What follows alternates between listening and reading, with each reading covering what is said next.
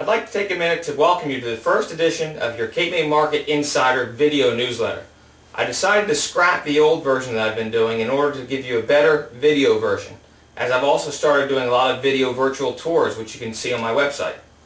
For a lot of you, this is probably the first time you've seen and spoke to me, so I welcome you. First, I want to start out by giving you an idea of where the market is right now. Currently, the best example that we have in the market right now is a property that sold on 921 Stockton about 3 weeks ago. Property sold for $1,850,000. Now, to compare that to where the height of the market was back in 2005, that very same property sold for $1,800,000.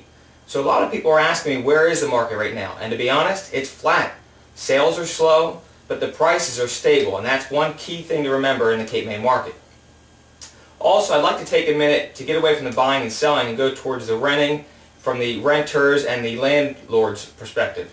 I did an article on Exit Zero about 3 weeks ago on this. I'd like to reiterate some of the things that I pointed out in that article. As a renter, there are several things you need to be prepared when you come down for the property. First of all, check-in time is 2 o'clock, and I know sometimes you're here early, but unfortunately properties are unavailable until 2.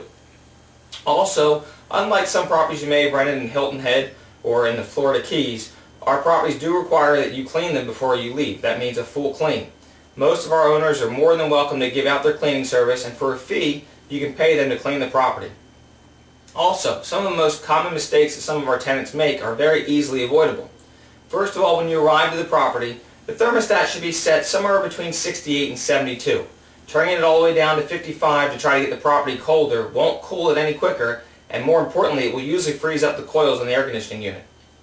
Also, after a nice long trip to get to the Cape May Jersey shore, a lot of times people will put all their warm food and drinks in the refrigerator and then turn it all the way down to try to get them cold as well.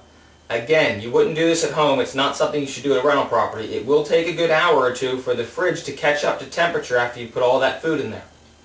Owners, I haven't forgotten about you either.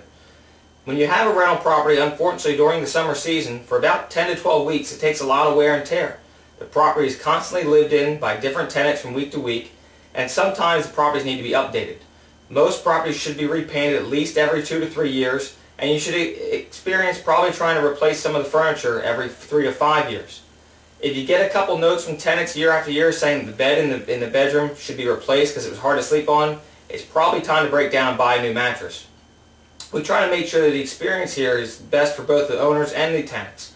We want to make sure that the property is treated well by the tenants, and we also want to make sure that the tenants are treated well by the owners. So following some of these few simple guidelines will help to make sure that you have a good summer vacation.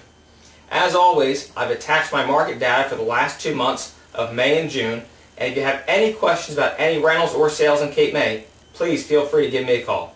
Until next time,